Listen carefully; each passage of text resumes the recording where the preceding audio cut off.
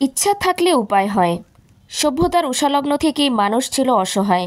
সেই অসহায় অবস্থা উত্তরণের কাজ করেছে তার প্রবল ইচ্ছাশক্তি।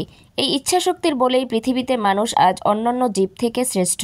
হিংস্র পশুর হাত থেকে বাঁচার তীব্র বাসনা থেকেই যখন মানুষ পাথরের হাতিয়ার ও আগুন আবিষ্কার করল, তখন থেকেই মানুষের আবিষ্কারের নেশা তীব্র হয়। আবিষ্কারের সেই তীব্র বাসনা বা ইচ্ছাশক্তির কারণেই সভ্যতা আজ এই পর্যায়ে উন্নীত।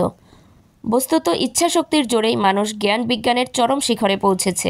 এক গ্রহ থেকে অন্য গ্রহে গিয়ে বসবাস করার চিন্তা করেছে, পাহাড় চূড়া থেকে সমুদ্রের তলদেশ পর্যন্ত বিচরণ করেছে। জ্ঞান বিজ্ঞান শিক্ষা সংস্কৃতির সব ক্ষেত্রে প্রতিটি আবিষ্কারের পিছনে কাজ করেছে তার ইচ্ছাশক্তি।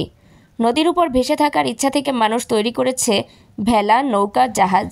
আকাশে ওড়ার বাসনা থেকে তৈরি করেছে বেলুন, উড়োজাহাজ। রোগ থেকে বাঁচার তীব্র বাসনা থেকে আবিষ্কৃত হয়েছে ঔষধ ও প্রয়োজনীয় যন্ত্রপাতি।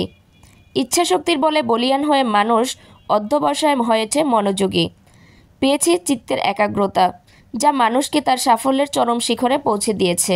ইচ্ছাশক্তি মানুষের মনোবলকে দৃঢ় করে এবং কাজের সাফল্যের ইন্ধন যোগায়। ইচ্ছা না থাকলে এক ধরনের জড়তা কাজ করে মানব হৃদয়ে, ফলে কোনো আকাঙ্ক্ষাও জাগে না। ইচ্ছাশক্তি প্রচণ্ড শক্তিশালী হলে যে কোনো বাধা তার কাছে নতি স্বীকার করতে বাধ্য হয়। পৃথিবী জয় করার প্রবল ইচ্ছা থেকে নেপোলিয়ন ইউরোপ জয় করেছিলেন। আব্রাহাম লিঙ্কন আমেরিকার রাষ্ট্রপতি হতে পেরেছিলেন।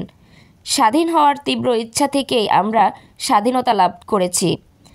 তাই ইচ্ছাশক্তি মানুষের কাজের ও সাফল্যের মূল শক্তি। ইচ্ছাহীন জীবন অর্থহীন।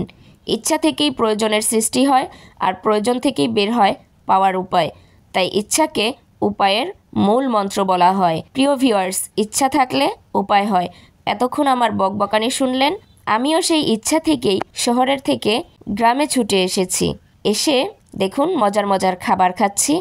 আমার মেজো ননাস সে কত যত্ন সহকারে হাঁসগুলো রান্না করছে এবং সেগুলোই খেয়েছি। খুব মজা করে খেয়েছি, খুব ভালো লেগেছে। প্রিয় ভিউয়ার্স, কথা হবে পরবর্তী কোনো ভিডিওতে। সে পর্যন্ত সবার সুস্থতা কামনা করছি। আল্লাহ হাফেজ।